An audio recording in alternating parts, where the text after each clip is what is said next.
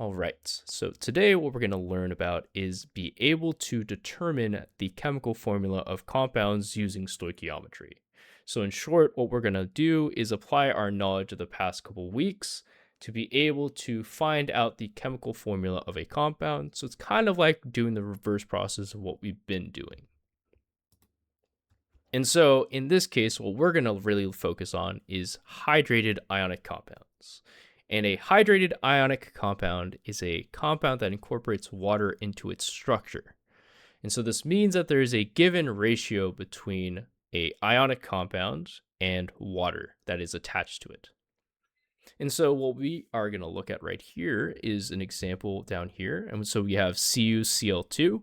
So that is copper 2 chloride. And then we see this dot and then 2H2O. And so anytime we see an ionic compound, so for example, CuCl2 with a dot and then some number of H2Os attached to it, we know that we have a hydrated ionic compound. And what we could do from this chemical formula that is given is we could actually determine the ratio between our copper chloride and water based off of the number that's in front of the H2O. And all that it means is that this chemical formula represents that there's 1 mole or molecule of CuCl2 for every 2 molecules or moles of water or H2O. And so this 2 indicates the ratio between copper chloride, your ionic compound, and water, and that is here a 1:2 ratio. And so today what we're going to do is figure out and solve for this value of 2 based off of the given information that we have. And so we have this example right here. We have barium hydroxide, and we're going to try to find the ratio between barium hydroxide and water based off of the information that's given to us. And so in this case, we have 31.55 grams of barium hydroxide, and we determined that in this compound there's 14.42 grams of H2O. And our job is to find the value of X. And this is based off of the molar mass of this compound being equal to 316.00 grams per mole. And so you might be wondering, how do we approach this problem and how do we solve this? And so it's kind of like a 3-step process. Our first step is to find the moles of barium hydroxide. Our second step is to find the moles of water. And then our third step is to find a whole number ratio between these two. And so what I'll do is I'm going to switch over to my other program. And so you could actually follow along and I could actually draw on this. And so you could see how I approach this. And so our first thing, step 1, is to find how many moles of barium hydroxide we have. So BaOH2 we have in this compound, right? And so the way we do this is by using the molar mass that is given to us, right? And so by using this molar mass, we could actually convert between grams to moles, right? And we are given a certain amount of grams. And so we're going from grams to moles. And so anytime we do grams to moles, remember we're dividing by the molar mass. And so in this case, step 1, we're going from 31.55 grams of barium hydroxide. And then what we do is we always rewrite the molar mass. And so this could be rewritten as 2 different things, right? This could be written as 316.00 grams for every 1 mole. Or we could always do the reciprocal or the inverse of this, which is 1 mole over every 316.00 grams. In this case, let's figure out what ratio we have to use to get between these 2 things to get us to what we want, which is moles of this compound. And remember, whatever unit we start off with, so grams, that is what we want at the bottom. Whatever units we want is always going to be on top. And so we want moles on top. And so we have to use the ratio that has moles on top and grams on the bottom. And that will be this one right here. So we have 1 mole over 316 grams. And so our grams units cancel each other out. And let's do the math of, sorry if you can't see this, 331.55 divided by 316. And this is equal to 0. Roughly 1 moles of barium hydroxide. So we could write this as BaOH2, but this also includes the water. Then step 2, I'm going to do this in a different color. Step 2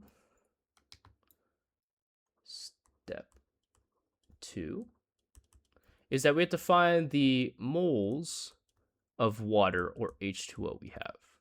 And so this is, once again, we are given a certain amount of grams of H2O. And then we go to moles of H2O. And once again, we have to do this by dividing by the molar mass. And so in this case, we have to find out the molar mass of H2O. And so let's figure that out over here. So the molar mass of H2O, and that is equal to, we have 2 H's plus 1 oxygen, right?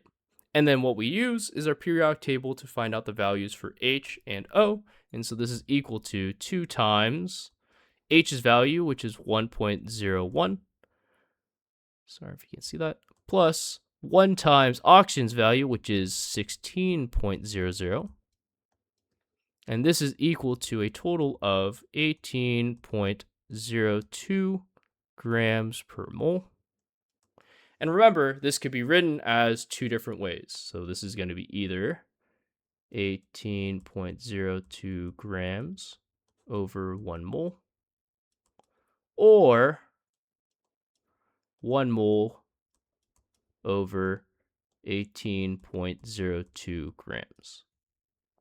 And so from this step 2, we start off with the grams that were given. So 14.42 grams of H2O. And then we use a ratio to go between our 2 steps to get us to moles of H2O. And so in this case, grams is our unit that we start off with. So we want grams to be at the bottom here. We want moles, right? And so that'll be the unit that we want on top. And so we use the ratio that has moles on top. So this will be 1 mole over 18.02 grams. And if you do the math, which is 14.42 divided by 18.02, you should get roughly 0.8 moles of H2O. And then finally, our last step of this problem, let's do this in blue, step 3,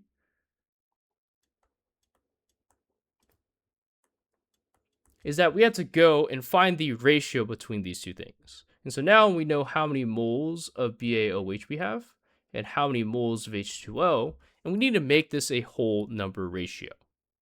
And the way we do this, and so we have to find the ratio of BaOH,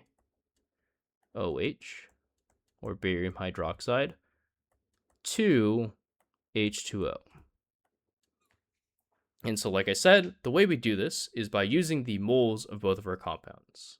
And so the step that we do is we find out which one is smaller. And so we have 0.1 and 0.8. And so clearly 0.1 is the smaller value. And so what we do is divide the moles. So divide,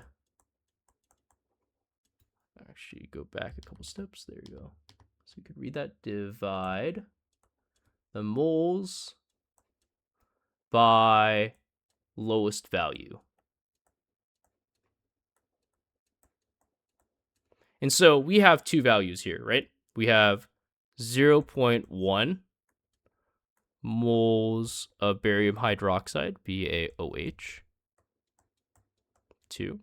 And we have 0.8 moles of water. And so we look at the smaller of the 2 values. The smaller of the 2 values is 0.1. And so we divide both these things. Divide this by 0.1. And we also divide this by 0.1. So in this short, this is going to be 0.1 divided by 0.1. That is equal to 1, right? And then 0.8 divided by 0.1. That is equal to 8. And so now we know the ratio between barium hydroxide and water, and that is 1 to 8. And so our chemical formula in the end is going to be barium hydroxide, so BaOH, 2 dot 8H2O. It will always be that your ionic compound, so barium hydroxide, will always be 1, and then water will be some sort of integer value or any positive value, so 1, 2, 3, up till whatever number I feel like. And so in this case, our value was 8, and so this is the chemical formula of barium hydroxide hydrate based off of the information that's given to us. And so that is how we are going to be able to solve the ratio between ionic compound to water based off the information that is given to us.